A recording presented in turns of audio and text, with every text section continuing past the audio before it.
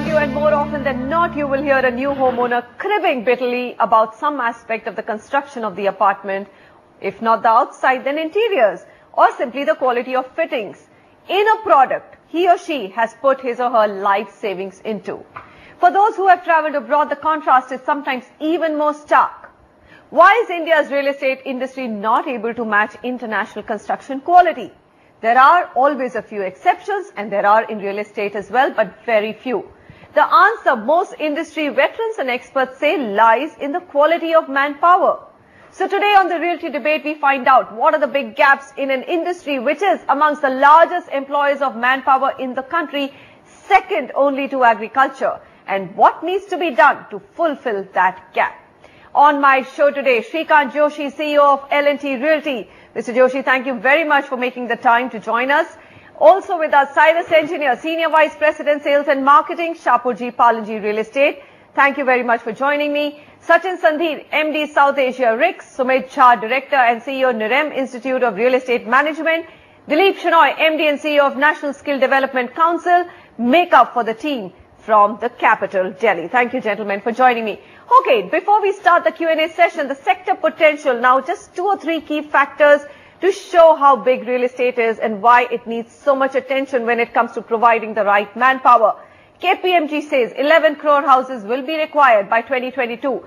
That's at a rate of about 35,000 homes or flats or apartments, villas, call them anything, with an investment of $2 trillion.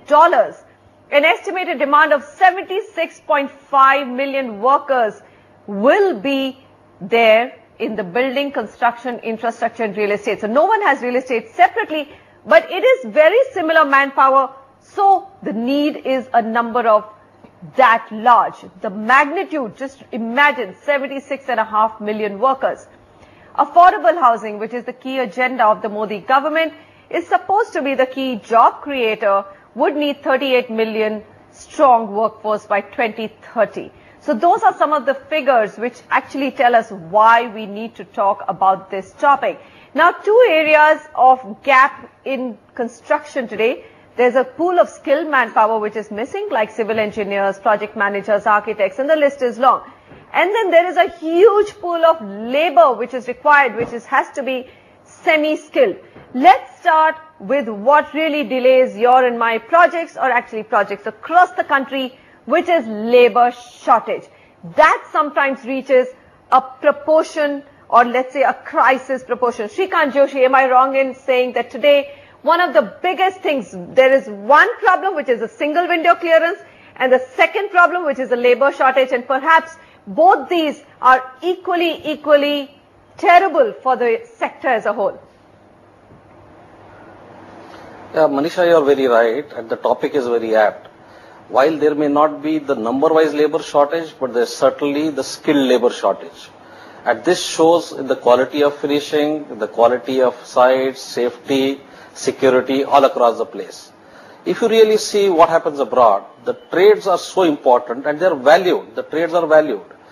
People may just do a painting course, they may just do a tiling course, they may just do a plumbing course. And there's a lot of dignity given to these trades. And people can make a living through this dignity which we talk about. In India, our Prime Minister is also talking about skilling the country. We need lots of these trades at the worker level to happen, where they can get a reasonable living, and it is not migratory in nature. Today, a lot of labor is very migratory. Come Holi and they all go back home. Come Diwali, they all go back home. So there are two big issues here, Manisha. One, the permanency of the labor, and second, the skill set of the labor.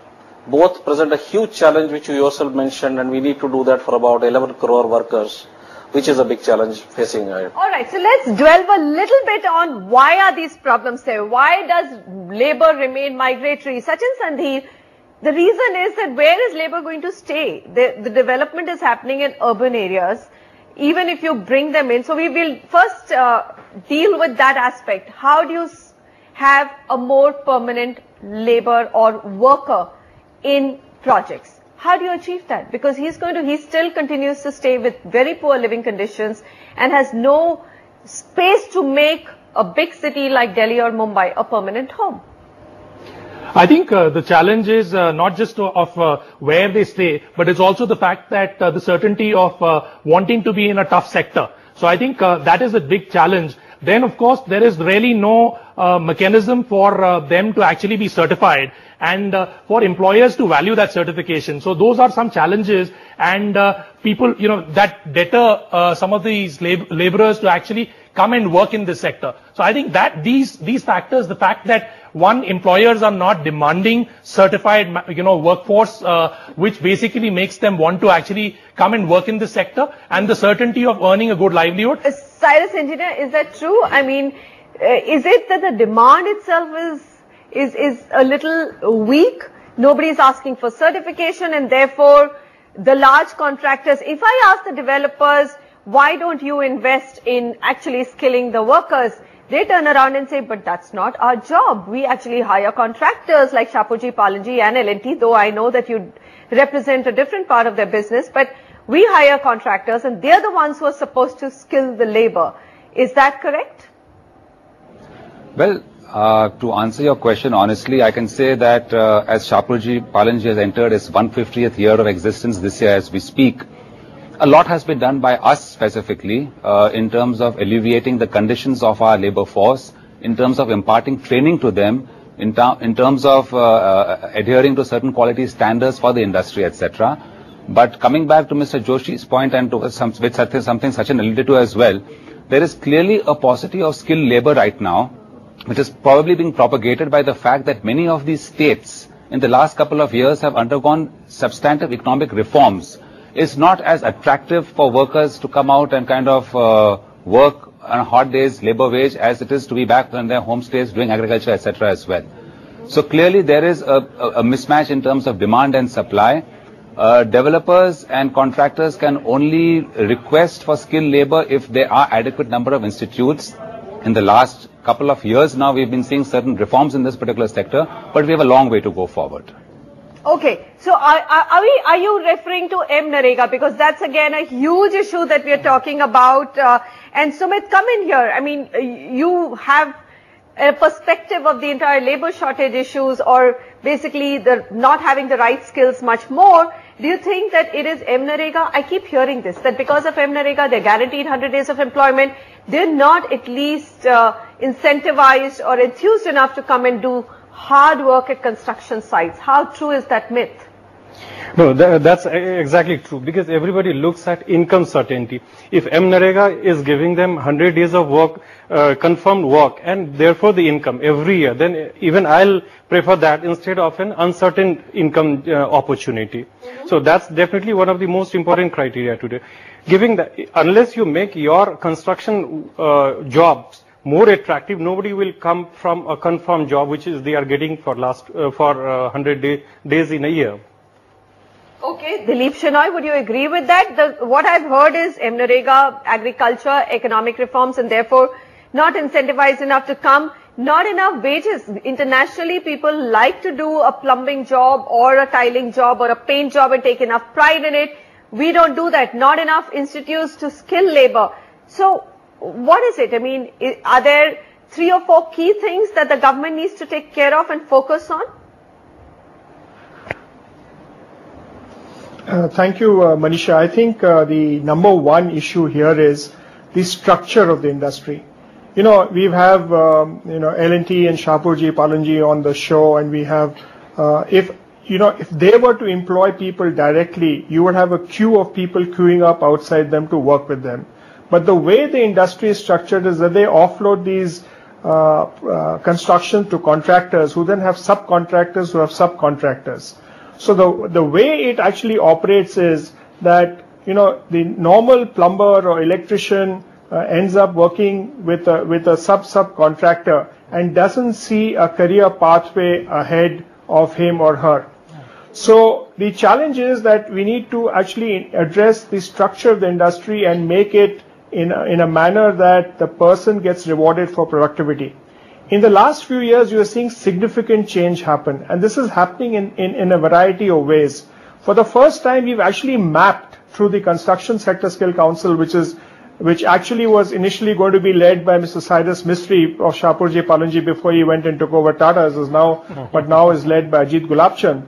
They're saying that do we have a career map for construction workers? How can a helper, a brick carrier, become a contractor? So these pathways have actually been created. And also the second thing which has been done is standards have been created for various job roles, whether it is in the construction space or the infrastructure equipment space or the plumbing space.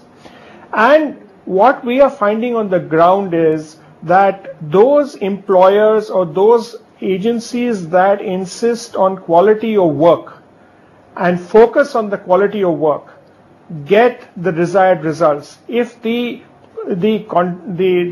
agency that is building the building or is the owner of the building and is the prime constructor of the building, if they don't focus on it, then it just goes down to the lowest common denominator. All right. So what I'm hearing is that perhaps there's a lack of pull factor as well. Perhaps the developer community itself is not demanding excellence. Sachin Sandhir, is that correct? Because Absolutely. wherever they're demanding, contractors are forced to provide certified labor. The labor may be costlier, should be costlier if it's trained. Why do we have such a big gap between white collar and blue collared work? I mean, that's the basic reason why people don't want to get into blue collared work. Absolutely. So I guess, I'll give you the international perspective just to kind of put things in context. RICS accredits close to 600 university programs around the world in real estate and construction.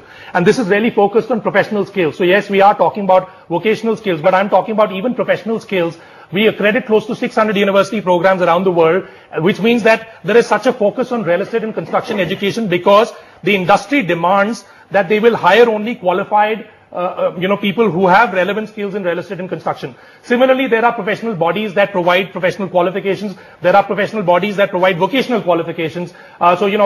We focus on professional skills, so we will focus on skills like project management, quantity surveying. There is City and Guilds, for example, who will focus on some of the vocational skills. But what I'm trying to state is that there is a completely, like Dilip pointed out, there is an absolute structure that has been set up internationally that employers demand people with vocational or professional qualifications, and then that's set up pretty much a career pathway that links up and provides people the certainty of growth. And that's really how it is set up internationally. But coming to India, I think not enough employers are demanding it. There are the examples of L&T and Shapurji. They're obviously doing a fantastic job in terms of making sure that they are demanding people with certain skills. There are other contractors also who are demanding this. But I think more developers need to come forward and start asking for people with professional skills and specific vocational qualifications to ensure that people see real estate and construction as a career of choice. The fact is that we've set up a school in India, and the fact is also that it's still not seen, real estate is still not seen as a career of choice,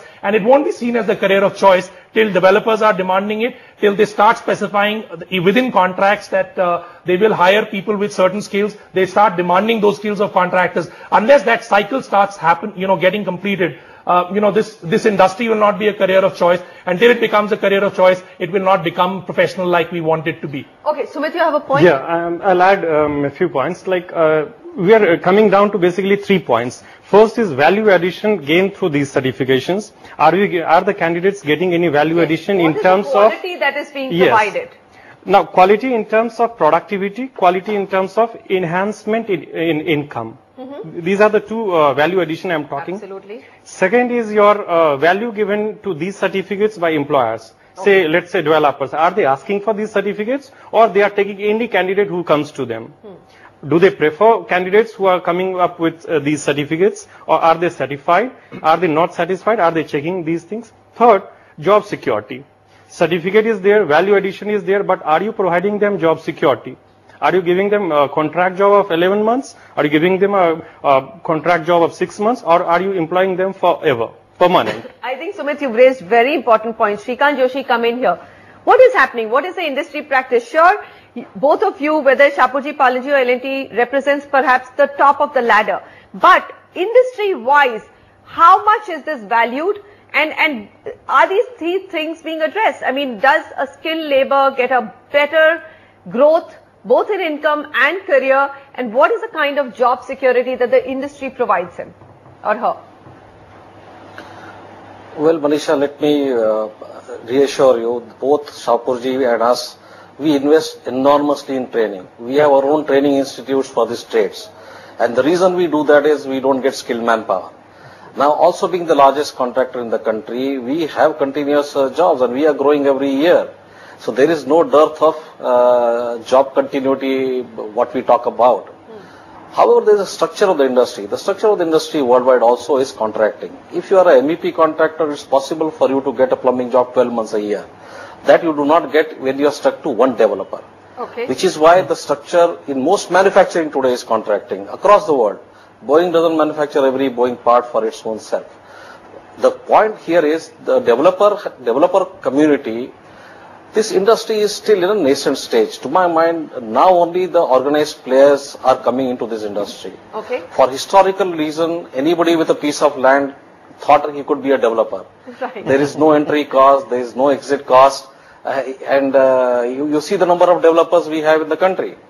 It is now in the last 2 years when the customers are looking for safety, they are looking for finishes, they are looking for on-time delivery, and forcing a set of developers and others to match up to those standards. Right. More of this, when it starts to happen, it will force the industry to become more and more organized. I think we are on our way. In the next few years, you will see a big push towards this side. Okay, fair enough. One more question before we go on to the other pool of manpower, which is of course higher end. Cyrus Engineer, a lot of developers think it's a great CSR event or actually spending to provide some decent living accommodation at the site, a small creche. Is this really CSR? To provide the basic to the labor or the contract worker which is on your site?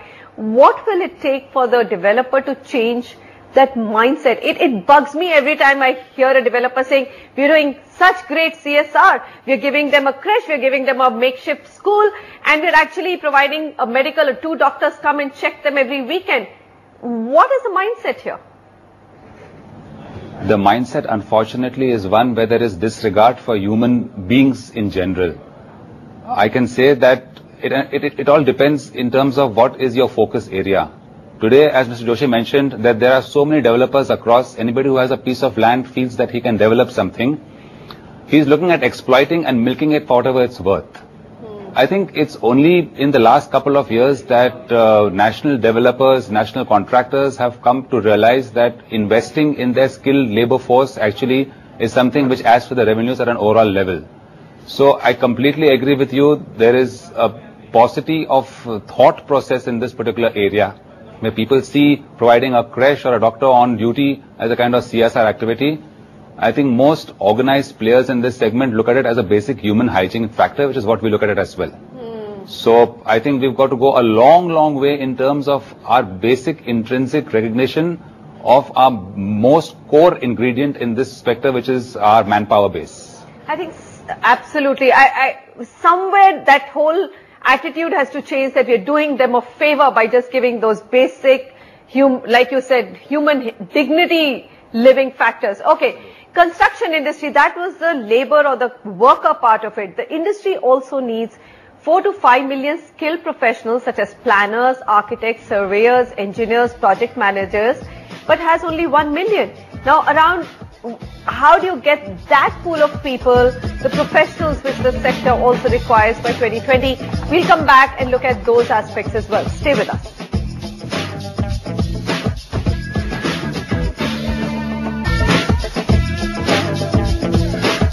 Welcome back. We're taking up a really interesting topic on the real estate debate today. How do we make our homes actually world class and of global standard? How do we ensure that the workmanship is excellent and our life savings are going into a right product? The Labour Minister Bandaru Dattare made a very interesting observation. He said, my focus will be more to ensure decent working conditions, enhance productivity, development and entrepreneurship, and also improve employability in the country through skill development. For instance, and he said the housing sector, which is the second largest employer in the country and has 4.3 crore workers, only 8% people are skilled. So we're going to move now from the people who are doing the base work to, let's say, semi-skilled and more skilled people. Dilip Chenoy, you've outlined the problem. Now, give me solutions. What is it that can be done by public-private organizations like you, which is a collaborative effort, and by, let's say, CREDAI, Narrateco, developers themselves? What can be done?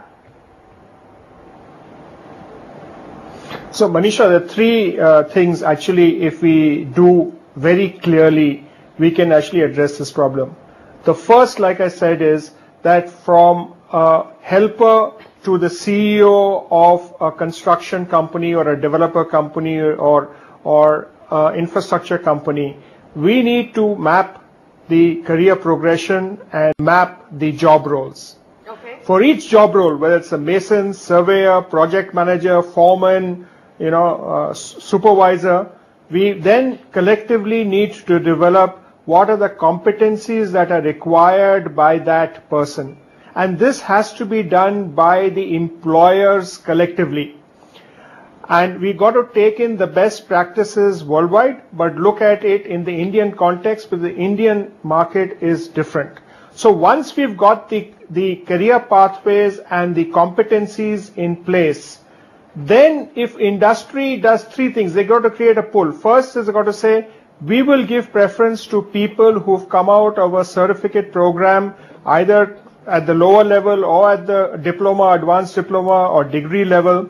We are going to give them an preference when we employ them. Fair enough. Sumita, are there enough training institutes? I mean, so one is that you learn at the site, right? You have a 1 month sort of a training program, which a lot of, at least the good developers have already started doing it. Second is to actually take this education need lot more seriously and probably have the 1 year diploma courses. Why not? After a science graduate, does it take, and also the question, does it take 1 month to skill him, 3 months to skill him, 6 months to skill him, or a year to skill him? See, I'll add one more thing. In our construction and real estate sector, there are 3 times more supply of non-code professionals than the code professionals. Right. So naturally, we are not taking the education and training of code professionals seriously. It clearly shows that there are not enough efforts to educate and train and skill these peoples. I think, yes, there are a number of cases of public-private partnership or developers and contractors taking up initiatives at their work site to train these people, but a lot more needs to be done. Okay. I think one way is to associate with educational institutes. Most of the institutes do not have these facilities. So I think these developers, the industry, can help them establish the skilling center in their campuses. Okay. Sachin Sadir, when you say that certification of rigs, but what does that entail? I mean, what do they need to do? And what kind of courses are required today? So internationally, like I said, we have close to 600 university programs that we accredit, which means that there have to be enough real estate and construction programs in the country. So there are specialized programs for construction project management, specialized programs for quantity surveying, specialized programs for facilities management. These are all specializations. Unfortunately, there is no education that exists in the country at this point of time, other than some of the initiatives that have been taken up by us. And then, of course, some of the contractors have their own skilling initiatives that they've been doing. So this is the first step in your journey towards actually becoming a qualified professional. So getting a degree is a good starting point. So it's not just diplomas, but there are degree programs that are now available, which have been well supported by the industry. So we were pleasantly surprised that the RIC School of Built Environment has had good support from the industry. I think. So my question is that if there is such a large gap and there's such a big demand, why not more institutes? Yeah. Why not more institutes? Absolutely. There's appetite for more institutes. There's appetite for more people to provide specialized education. There is a need for professional qualifications, not just degree level qualifications.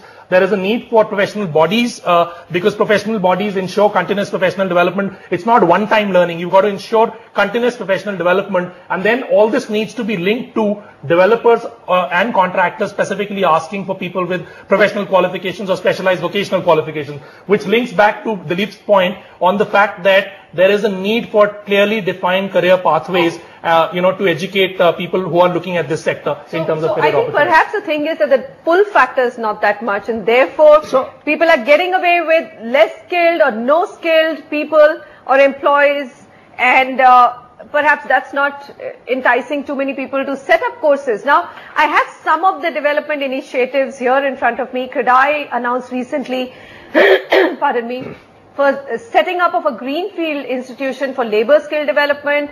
Kushal is a partnership project between CREDAI Pune and National Skill Development Corporation, launched in 2011, which has till now certified over 18,000 workers. We've heard about RICS as well.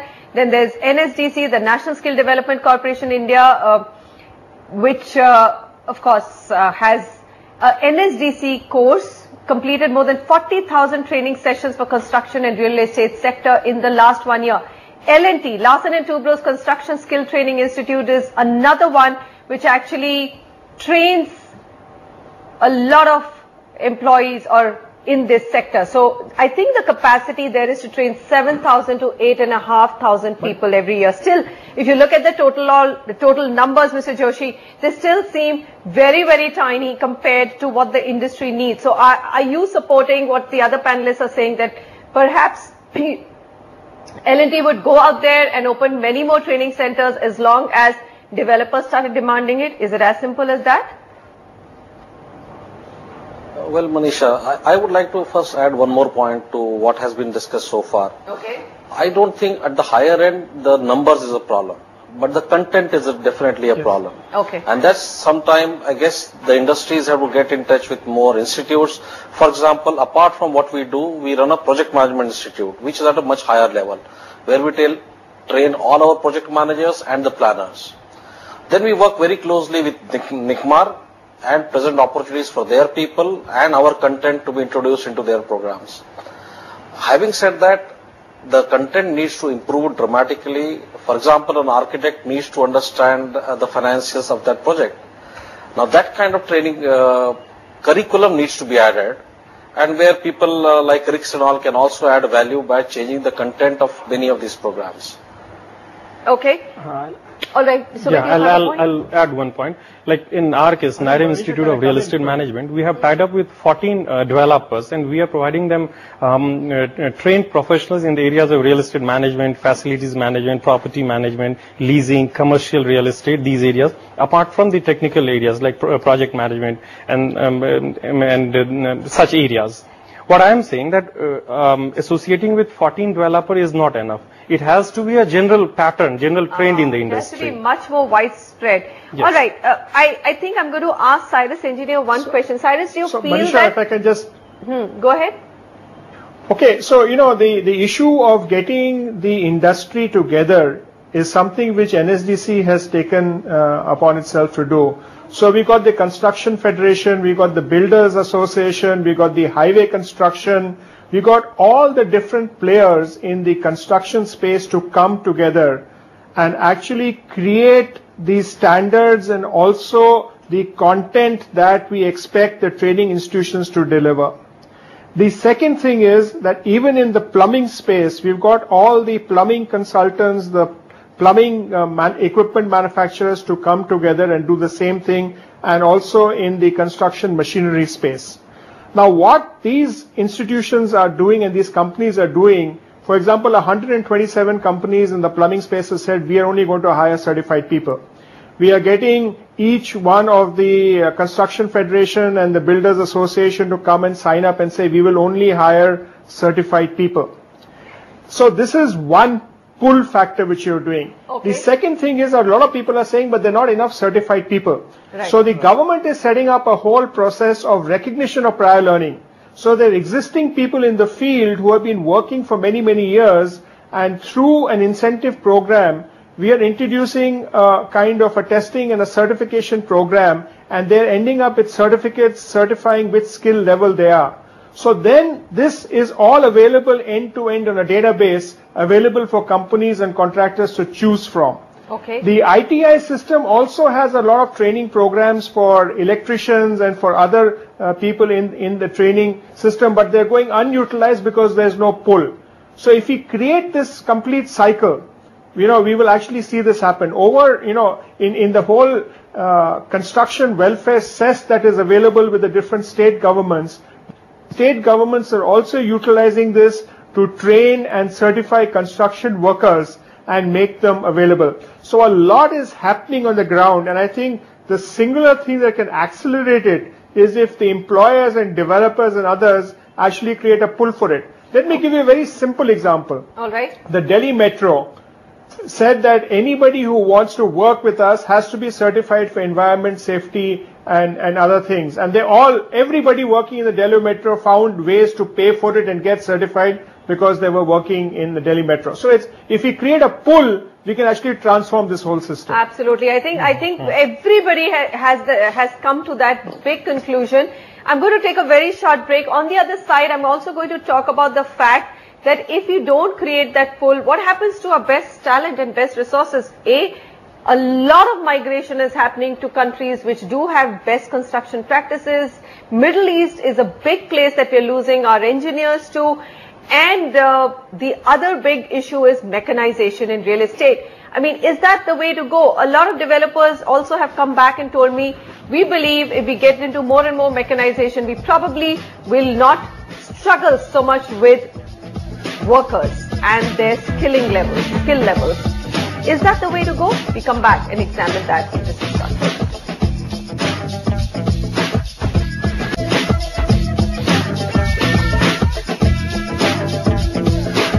A big reason for projects getting delayed across the country is a shortage of manpower. Skilled, semi-skilled manpower, which is a big need in real estate, is missing, or at least the pool is extremely small. The demand from developers for skilled labor or good quality workers is also not enough to create a big enough pool for actually skilling these people. Now, Cyrus Engineer, I'm going to come to that very big question. What is it that we can do to actually stop the big migration? We're losing a lot of engineers to the Middle East and other countries. And the second thing, which of course I asked, is mechanization the way to go? Well, to answer your question in two parts, Manisha, I think firstly, up to a couple of years back, there was a huge disparity in terms of salary scales between engineers and the IT and MBA sector. In fact, many people from my batch chose to move on to specialize in information technology, which is very, very paying, as well as managerial parts of the business. As a result, there's been a mass exodus of the engineer cadre into these other alternate fields, and we've lost them completely.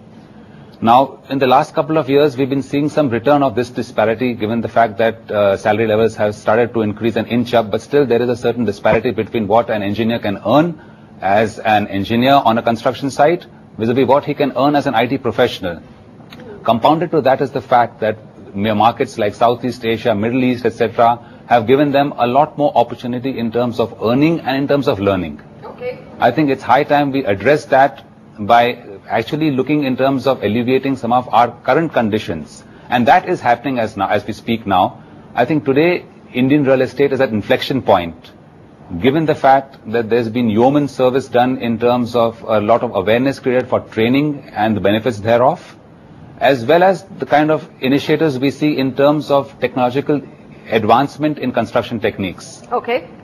So you're saying, Cyrus, that it's actually not such a big issue. Mechanization is actually good. Adopting latest technology is actually good for real estate sector. You may actually be able to retain some of the best talent as they get a chance to work with advanced technology. Yes, possibly that's one of the outfalls of looking at mechanized technology. The other issue, of course, is that quality standards, delivery timelines will definitely increase as well. And we'll be able to bridge the gap between being a non-organized industry to a more kind of mechanized, more evolved industry as well, which in its wake will attract a lot more talent as well. All right. Shrikant Joshi, do you think that the gap now, there's a third dimension added to engineers, isn't it? The e-commerce world, which is by itself facing such a severe shortage of IT people and technology people. So you have now engineers having many options. So your industry is always going to struggle. It is hard work and the wages are still much lower. You don't even give equities which are worth, where the companies are valued at many $1 billion on paper even without profits. Manisha, you have a point, and I agree to what Cyrus said. If you take the entire late 90s to 2008-10, an IT company would hire any engineer in a top institute, so his trade didn't matter. I know of an IT company which made an offer to all the 200 people in that batch. So it didn't matter whether you were a metallurgical engineer or a civil engineer. So that has taken a lot of people. Also, it's nice to sit in an AC office and work rather than be on the site. So that has been a big factor, and that will continue to be a big factor as we go along. Now there will be e-commerce companies and there will be some other companies which will come on.